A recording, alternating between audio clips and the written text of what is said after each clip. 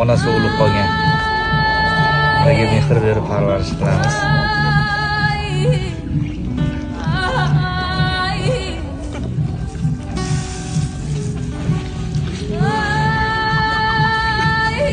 Mana shirinligiga qaranglar.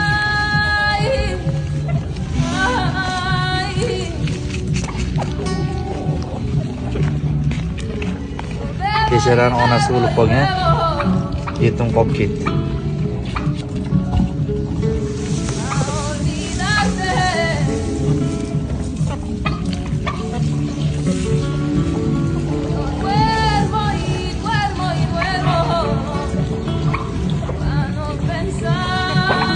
Shu echkichamizni kunlik hayot qiziq bo'lsa, har kunlik hayotini yoritib boramiz.